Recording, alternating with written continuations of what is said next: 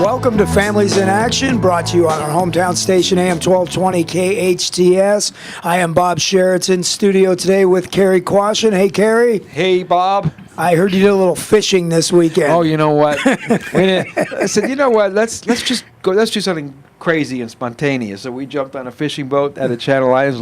Left last night at 10 p.m. I figured the boat was going to be short to people because it's Mother's Day. Who's going to go? So. Hey, by the way, happy Mother's Day to all the mothers out there. We appreciate you. We love care and we love you you, lots. Mom. Yeah, and all that kind of stuff. So we jumped on the boat. There's only 13 people. And Nice. we killed a lot lot big fish, nice lingcods. I mean, really good stuff. Well, I tell you what, today's show is it is and it isn't about self-care, certainly, but I love when I hear that you get to take off a weekend and do stuff like that, because I know how busy you are, and it's really important for us to take care of ourselves. Yeah, really important for us. That's a fact. So Families in Action is brought to you on your hometown station. We've been on the air with KHTS for 12 years now, and we very much appreciate everything that they do for us. And Families in Action is also brought to you by Action Family Counseling. Action Family Counseling is rehabilitation centers for both adolescents and adults. We serve a population of 12 years old and up in separate facilities, obviously. We have residential treatment facilities, and we also have intensive outpatient programs here locally. Our home base is in Santa Clarita, but we do branch out to many locations. And Families in Action is also brought to you by the nonprofit Action Family Foundation. The Action Family Foundation is responsible for all of the free services that Action provides in the community, including seminars and symposiums and classroom visitation. We do drug testing, a lot of drug testing in the schools and things like that. We do educational programs. Stay tuned, because the experience will be launched very soon, so keep your ear out for that. It's a mobile memorial dedicated to those who have lost their lives from drug and alcohol use under the age of 25. And family and another part of the Action Family Foundation, which is really what started it all. It is sort of the mothership of Action, is the Action Parent Teen Support Program. The Action Parent Teen Support Program meets every Tuesday night at Canyon High School at 7 p.m. in the AA building, and everyone is welcome. It is it's open to the public, designed for parents and their teens who are going through troubled times. Right. Which is not necessarily drug and alcohol. Teens act out in many different ways. What are some of the issues that get looked at over there, Cary? Just about all of them, Bob. I mean, obviously school, self-esteem, alcohol, drugs, anger management kind of stuff. You name it, we deal with it. People think, oh, Action, it's a drug program.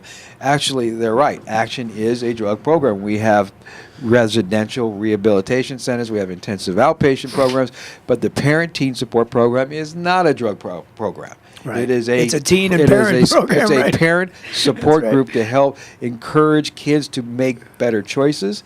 And it's also a support group for parents, whatever. Because hey, if you have to drive a car, you got to get a license. In order to get a license, you got to take a test. Right. Well, kids come and they start growing up, and we learn as they're growing. But when they hit teenage years, things can go south quickly. So we have trained counselors and parents that's been through just about any situation. So we're the driving school for teenage. That's exactly for parents right. of teenagers. There you go. Well, and I tell you what, it's also, because it's open to the public, it's also a great place for anybody. If you're an educator, or you're a therapist, or you're in the community helping others, especially those who work with teens, come out and see what we do, because you'll get some great insight. Cary oftentimes says that we have our finger on the pulse in what's happening in Santa Clarita long before other people do, which is the truth, right? We find out directly from the teenagers. Right. It's just like there's some new drugs coming out, right? But they're in other states. So people come to us, and it's like we're helping write articles and stuff like that, but the drugs aren't here yet. Right. Hopefully they never will be. So we know what's going on with our children out there. I mean, the big thing right now is, hey, I don't want to change what direction we're going, but it's always marijuana and alcohol. And then all the other drugs are drugs of opportunity. They're out there waiting and just lingering Just out there. waiting. It That's is right. waiting. That's right. So when kids start immediately with smoking pot and drinking, pay attention to it. So, listeners, find yourself on Tuesday night at the Action Parenting Support Program. Again, it's on Tuesdays at 7 p.m. in the AA building at Canyon High School. And Cary, Yes. we are still in Mental Health Month. May is Mental Health Awareness Month. It is. And we have the A-team in studio with us today. We have Mike Doherty from Henry Mayo Newhall Hospital's Behavioral Health Unit. And we have Larry Shallard, who's from the Body Mind Wellness.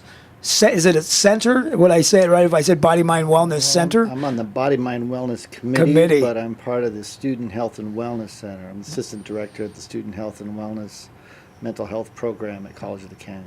So we are going to look at a lot of things regarding mental health today. We have the experts in studio with us, and when we come back after this break, we will get right into that. This is Families in Action, brought to you on your hometown station, AM 1220, KHTS. Welcome back to Families in Action, brought to you on your hometown station, AM 1220, KHTS. I'm Bob Sheritz with Cary Quashen, and we are in studio with Mike Doherty from Henry Mayo and Larry Shallard from College of the Canyons. By the Cary? way, Larry is an LCSW too. Let's make sure everybody knows what he That's right. is. He worked Yeah. hard. That's right. He worked hard for that. Yeah, we're going to do a lot. We're going to do a lot of talking about mental health, but mostly we're going to talk a little bit about suicide. But before we go anywhere, I got some statistics just from here in Santa Clarita that I want everyone to hear, so we know why this show is so important today. Here in Santa Clarita Valley, beyond the 30 completed suicides. Let me say that again. The 30 completed suicides last year in 2014, there was at least 85 attempts that the sheriff was involved in, and there have been 15 attempts so far in this year. 15 attempts so far this year. Right. The SCV Palmdale Lancaster area is the highest percentage of attempted suicides in Los Angeles County. Yeah. So this is not a joke. And those are the ones we know about. That's just I the mean, ones you know, right? we Those are the ones about. we know about. Now, you got to remember, Mike, you can jump in. I mean, I'm the executive director of Henry Mayo's Behavioral Health Unit. What is that place? Why? How does people check in? It's not Hotel California. It's not voluntary. It can be voluntary, but for the most part, it's not. People are put on what's known as a 5150 hold. We are Right. state authorized, which simply means that their rights have been taken away. Some of their rights have been taken away for 72 hours to begin with. That's actually to protect them and to protect others in society. Explain that. How does somebody get put on a hold? I mean, there's only 3 reasons somebody can come into our unit. That's correct, and it's very specific. Number 1, Would be if they were suicidal. if So they danger if they to were, self. Danger if to they were a self. bona fide suicidal, Right. or made a major suicide attempt. Right. It has to actually be suicidal with a plan, because the more specific things are, the more likely that Right. suicide is. Or gravely disabled, meaning Or gravely disabled, meaning basically they need some help getting through the day. Can't I take mean, care of it doesn't themselves. have to do with they can't walk or they can't talk. It just has to do Right. with the fact that they are so, they have so many problems. They really literally can't get through the day. They need help. or they're a threat to. Well, that would be danger to others, which would be homicidal. Exactly. So let's get it straight, just so everybody knows. We have a 23-bed acute psychiatric facility here at Henry Mayo. That's right. We're pretty much always full, meaning there's only one of 3 reasons somebody can check in. They have to want to hurt themselves to death, Right. or somebody else, or they just can't take care of themselves. That's right. So that's why this show is so important. Or they may have actually attempted suicide already, and somebody found Intervened. them or Yeah, intervened sure, some way. sure. Yeah. So on that note, it's May is Mental Health Month, and we're going to talk. I want you to talk about the bell, and I then see. then you guys will take us where you want to go. It's a story that I tell every May here when Every I'm on May, the yeah. Go show. on, Mike. It's very, very powerful, and it really starts with a man named Clifford W. Beers, who many years ago attempted suicide. He literally jumped out of a 3-story building, but he did not end up being successful, only because he missed the sidewalk and landed on the grass, and it was soft dirt, and so he went backwards and bounced into the building and ended up shattering his ankles. But he ended up in what was then known as an asylum, and because he did not cooperate, he ended up being put in shackles, which they put on your wrists and Right. ankles, and they literally shackled you to the wall. And that's what happened to Clifford. What year are we? Let's get it straight. We don't do that anymore. Yeah, what year are we no. talking about? It goes back to the early 1900s. Okay. I believe. Yeah. Okay. So what's happening now is Clifford decided that when he got out of there, he was going to tell the world what happened in asylums. So he literally wrote a book called A Mind That Found Itself, and it was very popular. He went on to found what's now known as Mental Health America. But back in the day of the asylum, literally people were shackled with iron chains and iron shackles around their wrists and ankles and shackled to the wall and left there. In many cases, they died. They were badly mistreated. So in the That's really early, sad, huh?